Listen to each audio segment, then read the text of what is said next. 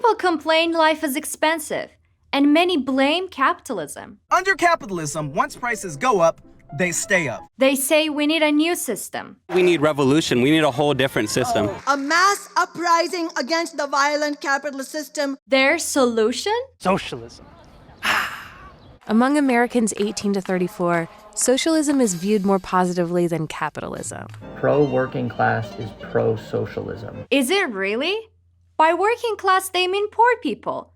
But it's not the actual material poor who want socialism. When you actually see who supports socialism, these are people who are relatively well off. Political psychologist Rob Henderson grew up in foster homes before getting degrees from Yale and Cambridge. He calls socialism a luxury belief.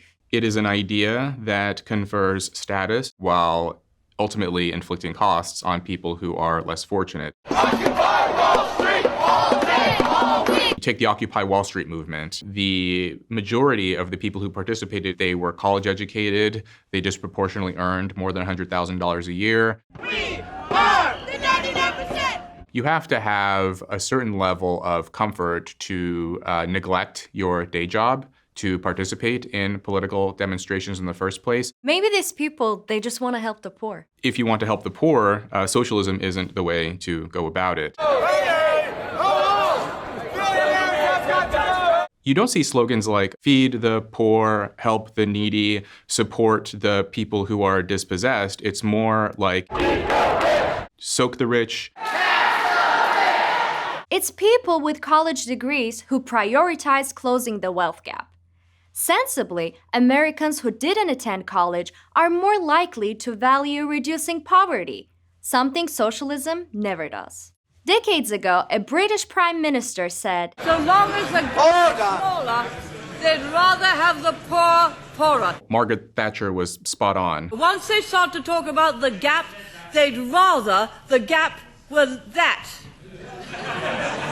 Down here. That. Not that. But that. It's as if they believe anyone above you, they acquired it through illicit means. But then once you reach that point, well, you did it honestly. Bernie Sanders seems to believe that. He used to complain about millionaires and billionaires. Millionaires and billionaires. But then he made millions. If you write a best-selling book, you could be a millionaire too. Sanders no longer complains about millionaires. Just the billionaire class. Democratic socialist AOC grew up in this wealthy suburb and attended one of the most expensive colleges in America. You can't earn $1 billion. Then there is Seattle's new socialist mayor, Katie Wilson, eager to further tax the rich. The claims that millionaires are going to leave our state are like super overblown. The ones that leave, like, bye. She also grew up privileged. She went to Oxford debt-free thanks to her wealthy parents. And of course, there is New York City Mayor Mamdani.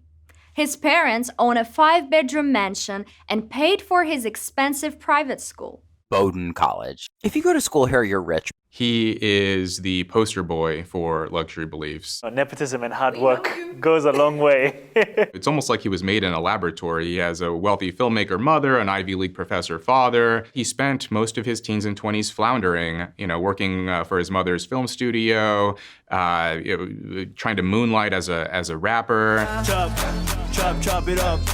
Chop, chop, chop it up. We live under an inherently oppressive capitalist dogma. Many socialist influencers grew up wealthy. Streamer Hasan Piker admits that.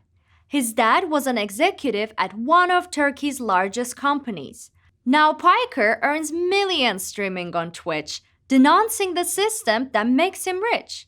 For years, I've wanted to visit Cuba. I wanted to see a socialist society in person. He was recently seen wearing $1,300 glasses to his trip to Cuba. Ostensibly, they think that everyone should be equal, but then when you look at how they behave in their lives, they're obsessed with getting into the right colleges, wearing the right clothes, showing off that they have money, showing off that they have the right beliefs. Even Fidel Castro was well off, growing up on his family's big sugarcane and cattle farm. The farm itself was some 12,000 hectares, so he came from an extremely wealthy family. Fidel Castro famously wore 2 Rolexes. The ostensible reason he gave for why this was because time was of the essence. He had to know, what time he was supposed to be where and had to double check. But why did it have to be 2 Rolexes? Socialism creates rich tyrants, but naive Americans think it will give ordinary people free services. We're going to have free buses. We're going to have free childcare. We will cut the working week in half with no loss in pay. Cancel the rent,